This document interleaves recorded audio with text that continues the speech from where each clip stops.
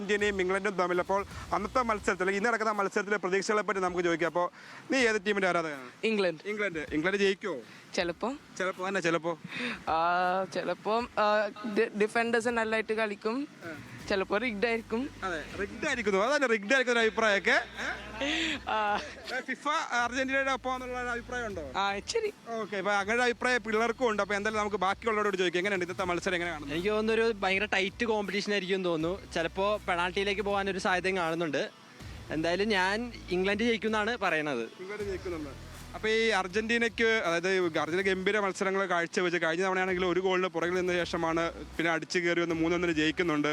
അപ്പോൾ ഇത്തവണ ആ ഒരു പ്രകടനം ആവർത്തിക്കില്ലേ? നല്ലൊരു ഇതാണ് കാഴ്ചവെച്ചത്. പക്ഷേ എന്നാലും ഇപ്രാവശ്യം ഇംഗ്ലണ്ടിലൂടെ അത് സാധ്യമാണെന്ന് എനിക്ക് തോന്നുന്നില്ല.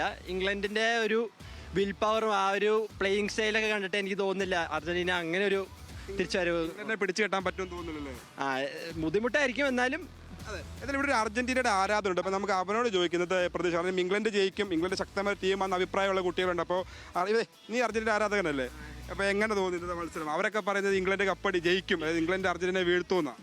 അർജന്റീനയുടെ ഗെയിം ഒരു ഡിഫറെൻറ്റ് ഗെയിമാണ്. സാധാരണ പ്ലേസ് നമ്മൾ അർജന്റീന ഫാൻ ആവണതിന് ഒരൊറ്റ കാരണമുള്ളൂ, അവരുടെ മൈൻഡ് സെറ്റും അവരുടെ മെന്റാലിറ്റിയും. അവർക്ക് ജോയി അവിടെ തുടരുക. നമുക്ക് കോഴിക്കോടേക്ക് കൂടി പോകാം. അവിടെ